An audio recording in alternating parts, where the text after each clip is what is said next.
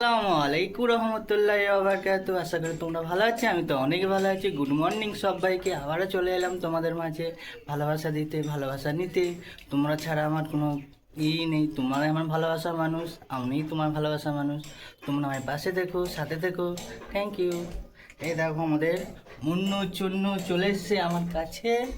এ দেখো, মুন্নু আর চুন্নু এরা হারিয়ে গিয়েছিল গাইস, কি বলবো, এদের খুঁজে পাচ্ছিলাম না। একটা রাত জঙ্গলে ছিল, অনেক অনেক কেঁদেছি, কি বলবো গাইস। তোমরা ভাববে যে একটা ছোট্ট বাচ্চার জন্য কান্না করেছে, এটা মিথ্যে, কিন্তু মিথ্যে নয় গাইস। যে মায়ায় পড়ে যায় না, সে বোঝে যে জিনিসটা কি জিনিস, যদি হারিয়ে যায়। সত্যি কথা বলতে, আমার এই ছাগলের দুটো বাচ্চাকে আমি আর আমার মা অনেক অনেক ভালোবাসি, অনেক। কে ডাকলে পরে শুধু সাড়া দেবে। এদের নাম হচ্ছে চুন্নু আর মুন্নু।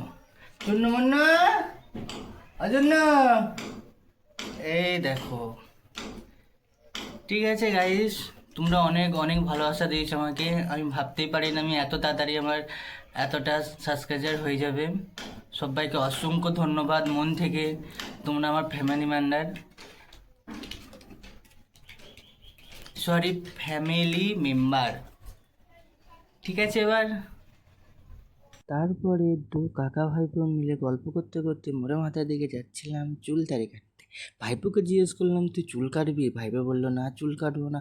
আমি অনেক কবার রিকোয়েস্ট করার পরও বললো না যে আমি চুল কাটবো। আমি ঠিক আছে, চুল কাটতে হবে না, তাহলে আমিও চুল দাড়িটা কেটে নিই। কেটে আসি, আর কিছু নাস্তাও খেয়ে নেবো, প্রচণ্ড প্রচণ্ড খিদে পেয়েছে। ভাইপো বলছে, কাকা আমারও খিদে লেগেছে। আমি ঠিক আছে তোর জন্য কাকা ভাইপো মিলে পাঁচটা খেয়ে নেবো, তো কী আছে, কাজ হয়ে যাক। তারপরে গল্প করতে করতে আমরা যাচ্ছিলাম, অনেক রকম গল্প করছিলাম। কাকা তুমি ভিডিও করছো, আমিও করবো। আমি বলছি, হ্যাঁ থাকিস আমার সাথে।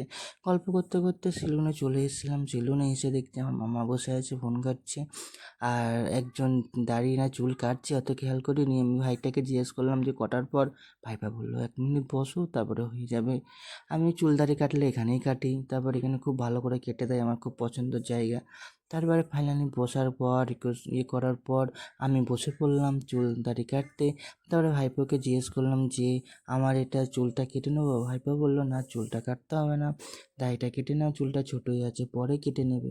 ওর জন্য ভাবলাম ভাই যখন বললো যে চুলটা কাটতে হবে না, দাড়িটা কেটে নিতে, সেই জন্য ভাবলাম তাহলে আমাকে দাড়িটাই কেটে দাও, আমারও ভালোই হলো, পয়সাটা বেঁচেই গেল, পরে কেটে নেবো চুলটা। তারপরে চুলটা কেটে দিল না। তারপরে আমি ভাবলাম তাহলে দাড়িটাই কেটে দাও। দাড়িটা কাটছিলাম, কাটার পর অনেকক্ষণ ধরে কাটতে কাটতে ভাইপা ভিডিওটা করছিলো। তারপরে কাটা হয়ে গেল। ফাইনালি ভাইপাকে বললাম, কিছু খেয়ে আছি, তুই তো বলছিলি নাস্তা খাবো। আমি বললাম, হ্যাঁ নাস্তা খাবো, তাহলে নাস্তার দোকানে রওনা দিচ্ছি। নাস্তার দোকানে এসে দেখছি প্রচণ্ড ভিড়। এই মিষ্টি দোকানটা সব কিছু টাটকা পাওয়া যায়, ওই জন্য প্রচণ্ড ভিড় থাকে। তারপরে বসে পড়লাম, বৌদি বললো বসে পড়ো, আমরা খাবার দিচ্ছি। তারপরে আমি আর ভাইপোকে জিজ্ঞেস করলাম, কী খাবি, লুচি না পরোটা? বললো, কাকা আমি লুচি খাবো। আমি ঠিক আছে। তার বসা পড়ার পর লুচি ফাইলানি চলে এলো। তারপরে ভাবলাম যে খাওয়া দাওয়া করে নিই, তোমরা সাথে কথা বলবো।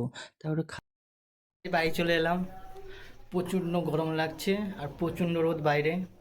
ওই জন্য আপনাদের বলি যে কেউ বাইরে বার হলে ছাতা নিয়ে বার হবে, প্রচণ্ড গরম। কালকে আমাদের এখানে অনেক অনেক ঝড় হয়েছে, কিন্তু পানি হয়নি। কাদের কাদের ওখানে ঝড় হয়েছে, পানি হয়েছে, কমেন্ট করে নিশ্চয়ই বলবে। ঠিক আছে, ভিডিওটা এখানে শেষ করলাম। ভালো লাগলে লাইক কমেন্ট করে সাবস্ক্রাইব করে পাশে থাকবেন। আর একটা দয়া করে তোমাদের বলছি, দয়া করে হাত রিকোয়েস্ট করে বলছি, ভিডিওটা ফুল দেখবে, স্কিপ করবে না। থ্যাংক ইউ আমার পাশে থাকার জন্য। অনেক অনেক দোয়া করি, আলহামদুলিল্লাহ। সবাই ভালো থাকো, সুস্থ থাকো। তোমরা আমার জন্য অনেক অনেক দোয়া করবে। আল্লাহ হাফেজ।